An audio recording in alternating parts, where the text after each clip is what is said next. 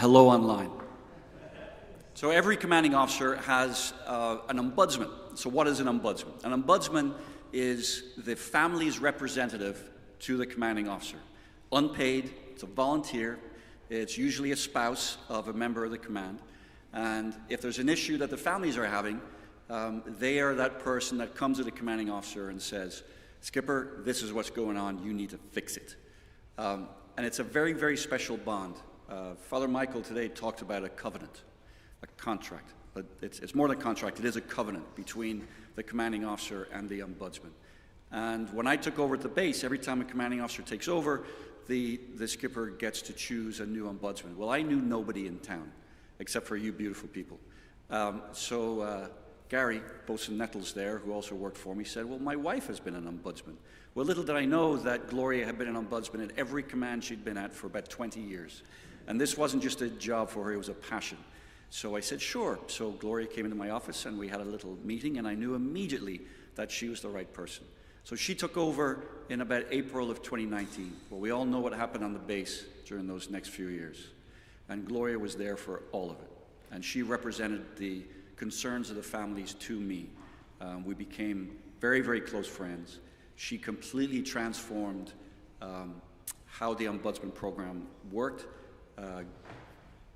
Gary just retired. I don't think Gloria will ever retire, but they are a power couple within the Navy, because you get Gary, you get Gloria. And it is my absolute distinct pleasure to introduce her. So please, please give her that warm welcome that I know you all do at Christ Church. Gloria.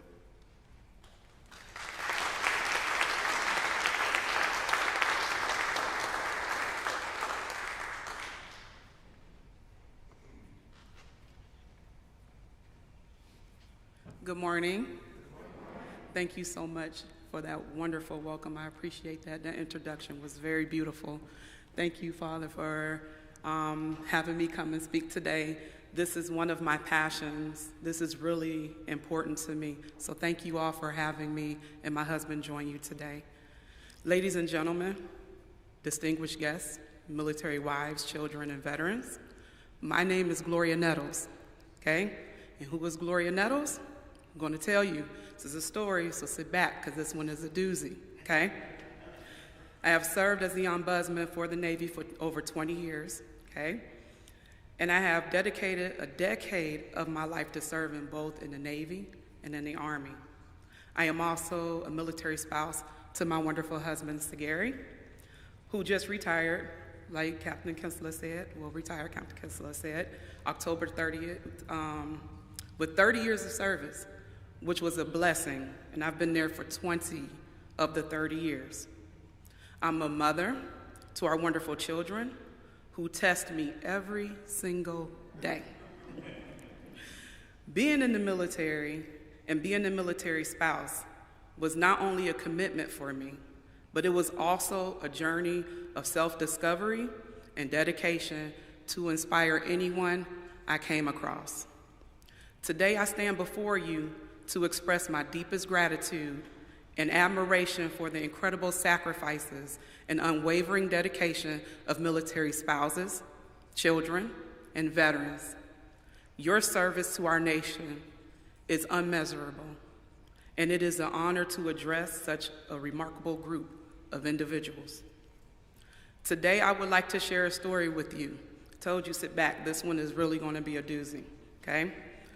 It reflects a unique journey of a military spouse. It is the story of the lighthouse.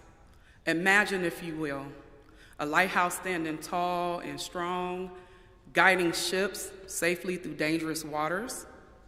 The lighthouse represents the military spouse, steadfast, unwavering, providing stability and support to their loved ones.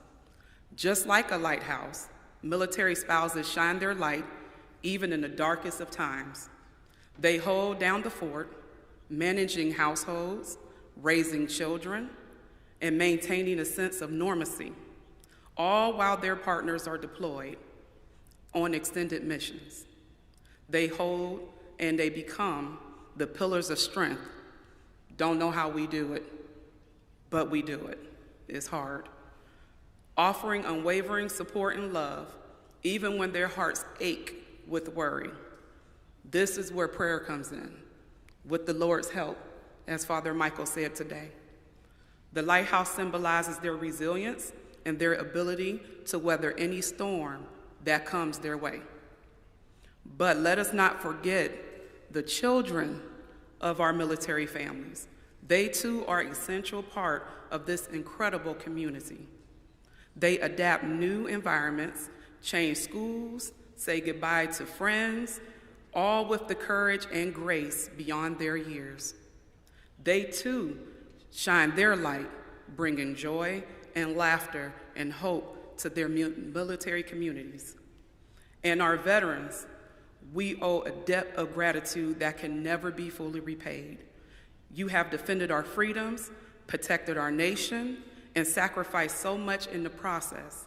Your service is a testament to your unwavering dedication and love to our country. Today we honor you and express our deepest appreciation for your courage and your sacrifice. Now, let me lighten the mood with a little joke, okay? The military life saying for us is life is like a box of chocolate. You never know what you're going to get. But one thing for sure, military spouses, veterans, and families are the one who make each and every flavor, even the challenging ones, just a little bit sweeter. In closing, let us remember the story of the lighthouse and the incredible strength and resilience it represents. To all the military spouses, children, and veterans, thank you for your service and for being that guiding light in our lives to your loved ones. Your sacrifice do not go unnoticed, and we are forever grateful of your unwavering support. May you continue to shine your light, inspire others, navigate through life storms with that same unwavering strength and grace that defines the military family. Thank you, and God bless you all.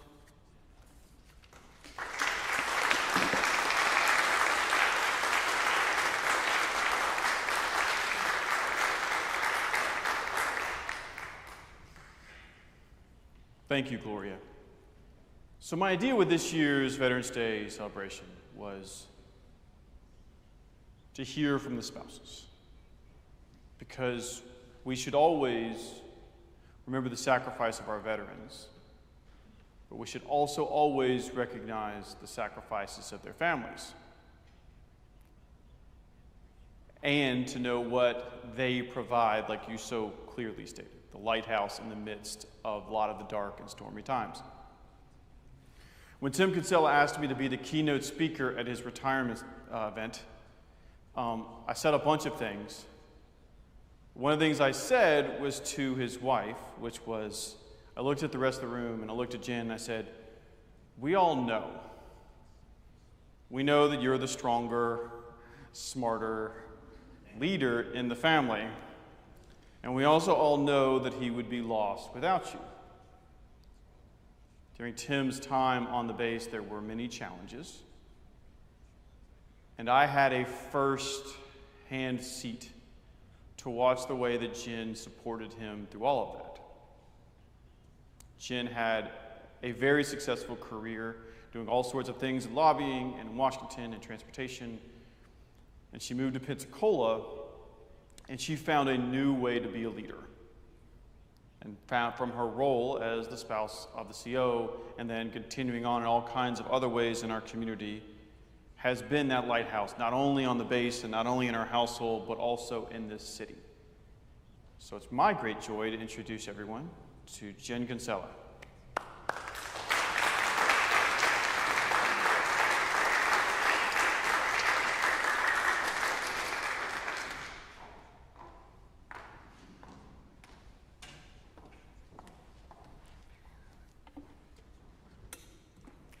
Good morning. First of all, isn't Gloria wonderful? She is someone that I admire so very much. She is a fellow military spouse and a friend, and I am convinced that if there was a military spouse Olympics, Gloria Nettles would be the all-around gold medalist, world record-setting military spouse. I'm so honored to be able to do this with her today. So thank you. So I'm going to start this morning by making a confession.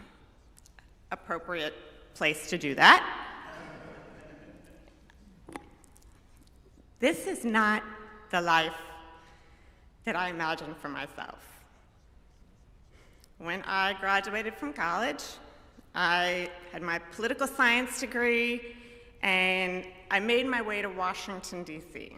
And I was chasing my dream of getting a job on Capitol Hill. And I pounded the pavement, and I passed out resumes, and I knocked on every door, and eventually that hard work paid off, and I landed that glamorous and low-paying job that I dreamed of. And I spent a few years on the Hill, and I went to a lobbying firm, and then I eventually returned to government service as a political appointee at the U.S. Department of Transportation.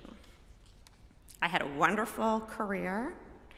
I had great friends, my own apartment. I was living my dream. And I couldn't imagine ever leaving D.C. I planned on making my life there, having a long, successful, hopefully, career in government and politics. But then, I met a guy. And that guy was in the Navy, and he was stationed in San Diego. Not incredibly convenient. As Tim likes to say, I was doing just fine until he came along. I didn't know a lot about the military, or the Navy, or helicopters. In fact, when we first started dating, Tim had used a lot of movie references when he talked to me about his job. So 20-something Jen definitely did not see herself as a military spouse. So when Father Michael said that he wanted to focus on military spouses today as part of the Veterans Day service, I struggled to find the right words. First, because we don't like to talk about ourselves.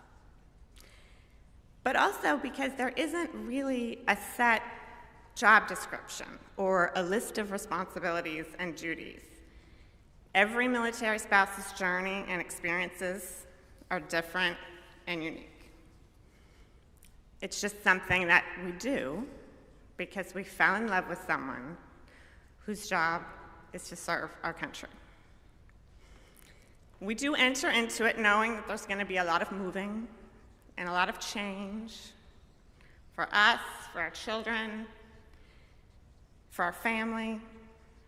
Probably means putting that career on the back burner, or in some cases, taking it off the stove entirely. There's going to be separations and deployments, tough times, and hardships.